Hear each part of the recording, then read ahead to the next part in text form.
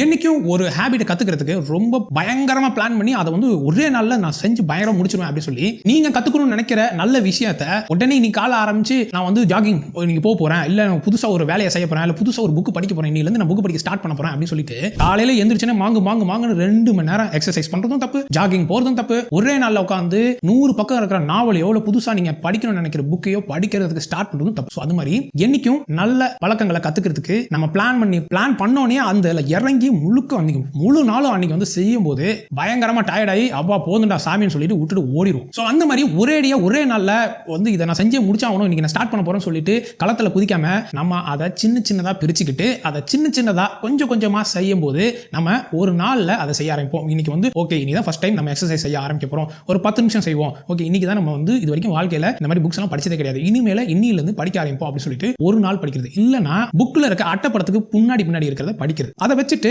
அன்னைக்கு அடுத்த நாள் கொஞ்சம் டெவலப் பண்ணுங்க, அதுக்கு அடுத்த நாள் கொஞ்சம் டெவலப் பண்ணணும்னு சொல்லிட்டு ஒரேடியா மூச்சு முட்டை அந்த விஷயத்தை செய்யாம கொஞ்சமா செய்யும் போது நீங்க என்ன பண்ணுவீங்கன்னா அது உங்களுக்கு சலிப்பும் தட்டாது, பயமும் கொடுக்காது. அதே நேரத்தில் கொஞ்சம் கொஞ்சமா இந்த வாரம் இவ்வளவு, அடுத்த வாரம் இவ்வளவு, இந்த அடுத்த மாசம் இவ்வளவு, அதுக்கு அடுத்த 3 மாசம் கழிச்சு இவ்வளவு சொல்லி அது கொஞ்சமா உங்களோட ரத்தத்துல ஊர்ன ஒரு விஷயமா நல்ல பழக்கமா மாறிடும். சோ என்னைக்கும் ஒரேடியா மூச்சு முட்டை இன்னைக்கு செஞ்சாவும் சொல்லிட்டு கம்ப்ளீட்டா செஞ்சு அதை பயமுறுத்தி அதுல இருந்து வெளியில ஓடாம சின்ன விஷயமா செய்ய ஆரம்பிங்க. அது ஒரு காலத்துல நீங்க தொடர்ந்து செய்யற ஒரு மிகப்பெரிய ஒரு நல்ல பழக்கமா